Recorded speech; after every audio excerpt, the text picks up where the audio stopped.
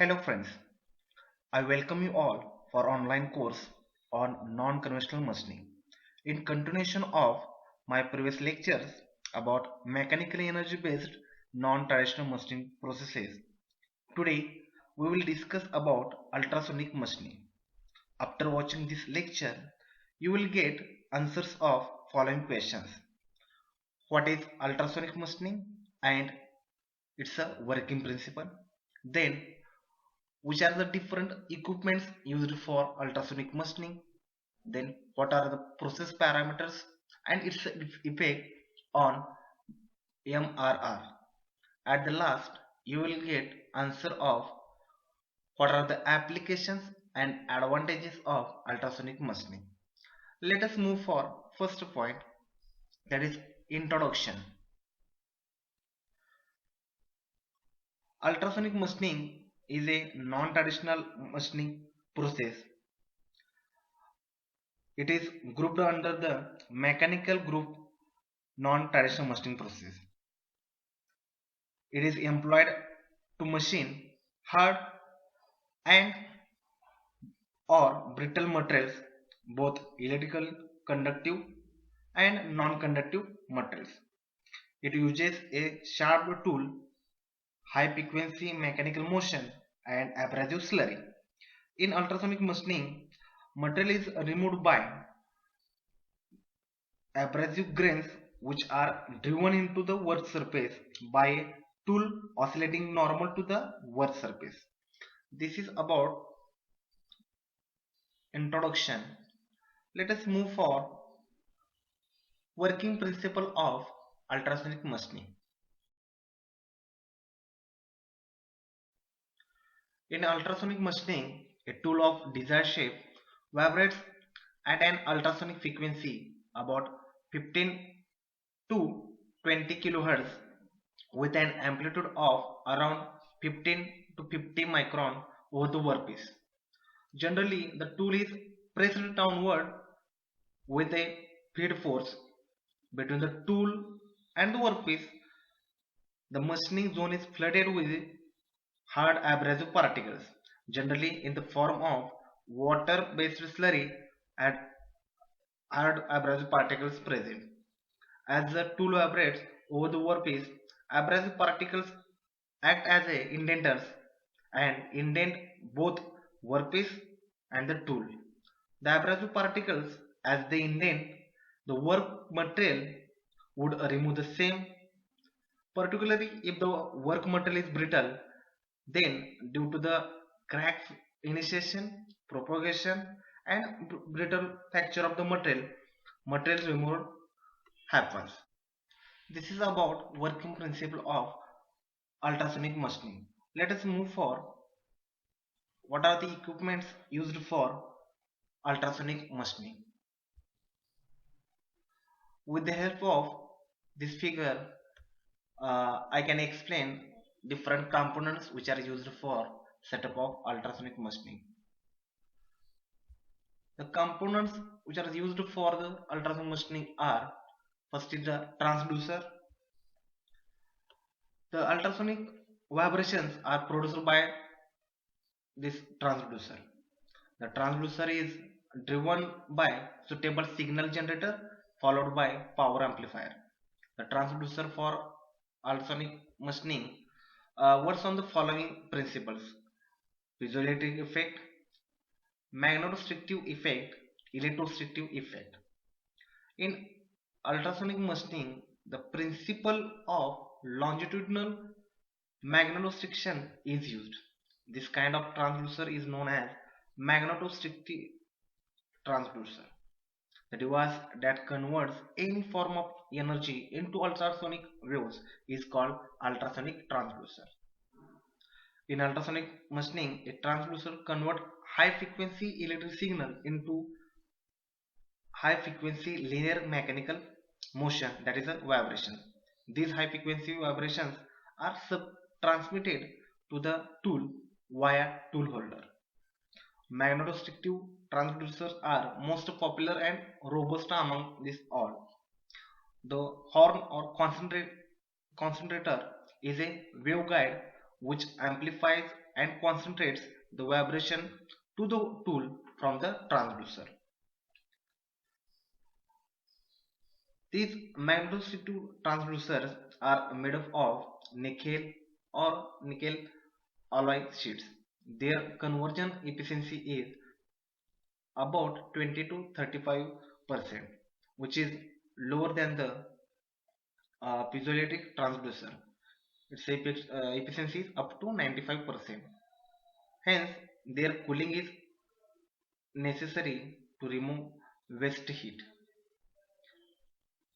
These magnetostrictive type transducers are available with power capacity as high as around 2.4 kilowatt. The maximum change in length, that is amplitude of the vibration, that can be achieved using this magnetostrictive transducer is 25 micron. This is about the transducer. Second element is tool holder. The tool holder transfers the vibrations and therefore it must have adequate fatigue strength. The material for tool holder are monel, titanium and stainless steel. Generally, the shape of the tool holder is cylindrical or conical or a modified cone with the center of mass of the tool on the central line of the tool holder. It should be free from nicks, scratches and tool marks to reduce fatigue failures caused by the reversal traces. Now, third element of ultrasonic machining is tool materials and tool size. The tool material employed in ultrasonic machining should be tough and ductile. However, metals that are very ductile like aluminum give very short life. Low carbon steel and stainless steels give superior performance. Long tool causes overstressing of the tool and brazed point. Most of the ultrasonic machining tools are less than the 25 long. Last element of this ultrasonic machining is abrasive slurry.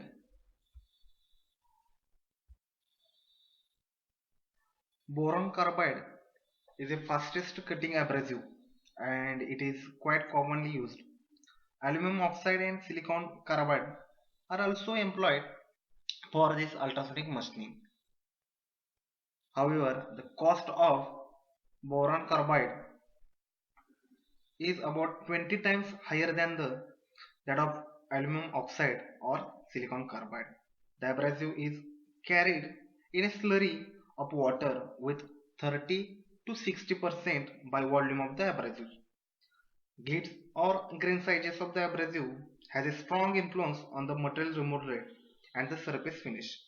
However, when the grain sizes become comparable to the tool amplitude, a maximum rate of machining is achieved. Beyond this point, increase in grain sizes lower the machining rate. Grit sizes of 200 to 400 are used for roughening and 800 to 1000 for finishing.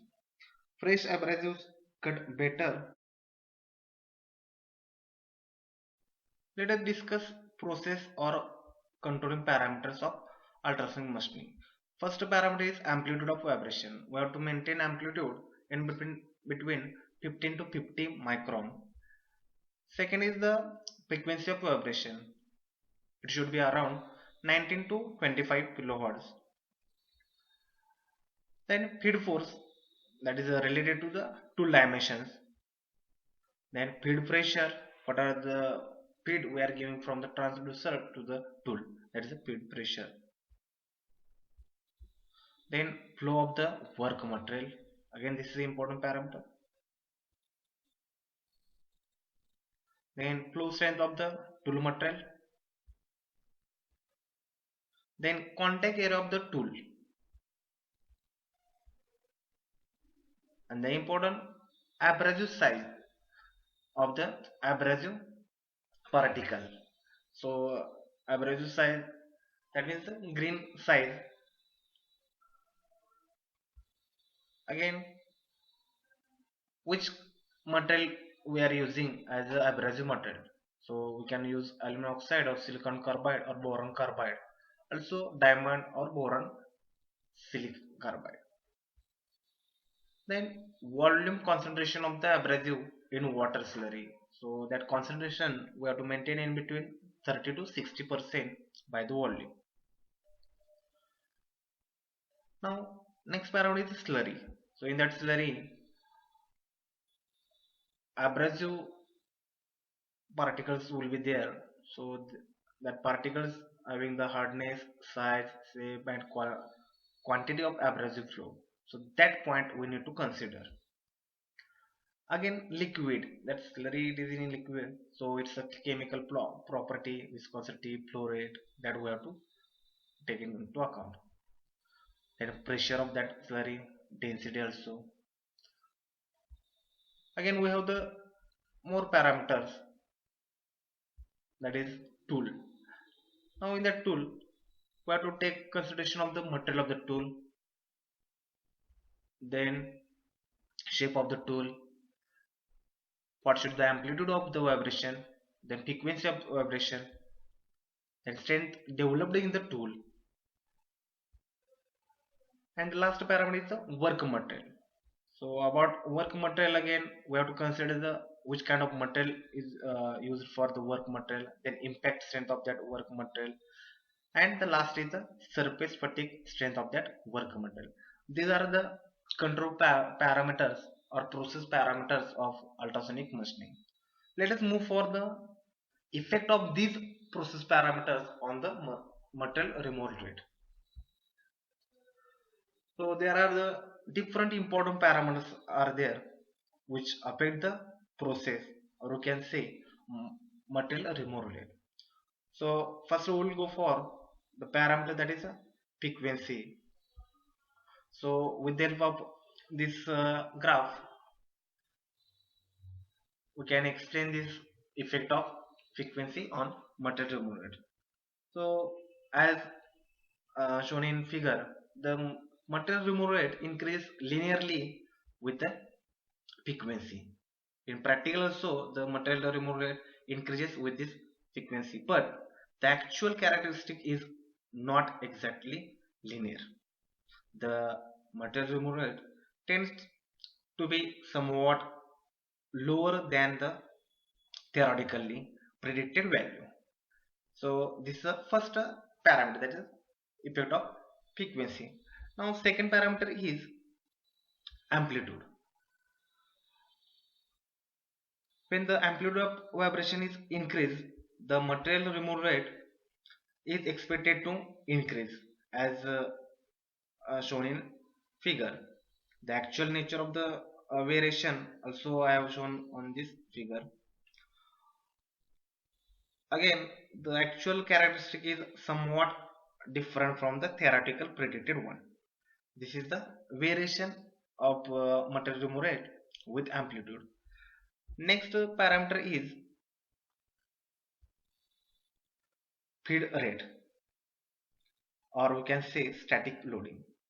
With an increase in static loading, that is the feed force, the material removal rate tends to increase. However, in practice, it tends to decrease beyond a certain critical value of the force as the grain start getting crushed. The nature of variation of the material removal rate with the feed force for various amplitude, it is shown in this diagram. Next parameter is hardness or hardness ratio of the tool and the workpiece. Again, I have shown in the figure, that is the ratio of the workpiece hardness and the tool hardness affect the material removal rate quite significantly, and the characteristic is shown in this figure. Apart from this hardness, the brittleness of the workpiece plays a very dominant role. Clearly, a more brittle material is machined more rapidly. Let us go for the next parameter, that is a grain size. We'll see the variation of the material removal rate with the grain diameter of grain size. As shown in figure, the material removal rate should rise proportionately with the main grain diameter. However, when diameter becomes too longer or large, approaches the magnitude of the amplitude, the crushing tendency increases, resulting in a fall in the material removal rate, as I have shown here. Let us go for the last parameter, that is the concentration of abrasive in this slurry. Since the concentration directly control the number of grains producing impact per cycle and also the magnitude of each impact, the material removal is expected to depend on this concentration. But as I have shown in this figure, the material removal rate is expected to be proportional to C raised to 1 by 4. That is a concentration. The actual variation of material removal rate, again with the abrasive, that is a boron carbide or silicon carbide, I have shown in this figure. Let us discuss what are the advantages of this ultrasonic machining process. First advantage is we can machine hard materials very easily using this ultrasonic machining process. Then no heat generation in work, so there is no problem of work hardening or change in structure of the workpiece. Again, non-conductive material or metals or non-metals which cannot be machined by electrochemical machining of radium can be machined by this uh, ultrasonic machining. Using this ultrasonic machining, no chip formations having a significant sizes. This is about the advantages. Let us see disadvantages. Low metal removal rate. It is difficult to drill deep holes as slurry movement is restricted. Then tool wear rate is high due to abrasive particles. Tool made from brass, tungsten carbide, MS or tool steel will wear from the action of abrasive grit with a ratio that ranges from 1 to 1 to 200 to 1. Using ultrasonic machining, we can use when the hardness of work is more than 45 HRC. Now last part of this lecture, that is applications of ultrasonic machining. The first application of this ultrasonic machining is machining of cavities in elliptical non-conductive ceramics. Then used to machine fragile components in which otherwise the scrap rate is high. Then ultrasonic machining is used for multi-step processing for fabricating silicon nitride turbine blades. Larger number of holes of small diameter we can use for ultrasonic machining. 930 holes with 0.32 mm has been reported by one of scientists using hypodermic needle. Then ultrasonic machining used for machining hard, brittle, metallic alloys, semiconductors, glass, ceramics, as well as carbides. Then it is used for machining round, square, irregular shaped holes and surface impressions.